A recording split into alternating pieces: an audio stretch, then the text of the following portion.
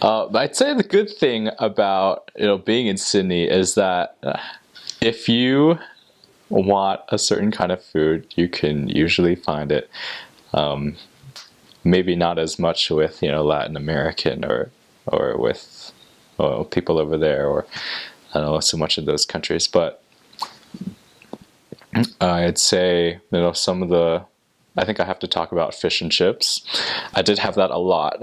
I'd say I loved it. Chips being fries that we would say in America, obviously. It'd just be a battered piece of fish, and it would be really hot because they just deep fry it and deep fry some chips, and then you can just eat it like that with chicken salt. I don't really know how to describe it. It's just salt that tastes different, but it's good. It's really good. Um, yeah, so that was definitely a nice snack to always have, anywhere really, because it's nice and fast. And we should talk about Vegemite, I suppose. I think people have misconceptions about that. If you do put it on toast with a little bit of butter, it tastes great. And honestly, I liked it like that. Like, obviously you can't have too much, and I think a lot of Aussies will agree with me. You can't just eat it like that. I think Americans think that we do, or that they do rather. Um, what else is there? Because of the, I think, Lebanese population or Turkish people, there is doner kebab, which you would find there. You'd find that in Europe. You wouldn't find that really in America. It's basically like a sideways roasting spit with lamb or beef or chicken on it, which they would just shave off and put in a Turkish bread or a pita or something, and with a lot of vegetables and maybe garlic or onion, and I loved it. It tasted so good. It smells great. The meat is to die for. I wish I could get a hold of it here, but you can't really find it at all. So that's definitely something I enjoyed. That's also, I guess, in the fast food kind of thing. As otherwise, Aussies eat a lot of roast lamb. It's not as much in America. Like over there, you can just get a slab of lamb, maybe some potatoes, and something called mint jelly or jam, and just spread that on top and make it taste really good as well. So that's a popular dish as well. I suppose I did eat kangaroo.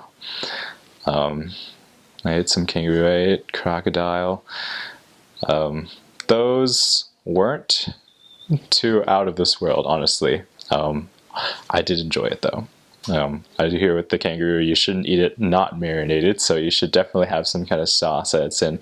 Unless you barbecue it. An Aussie barbecue. I just love it for sure. So those are the things that I liked. Oh, Australians do have some good desserts and do.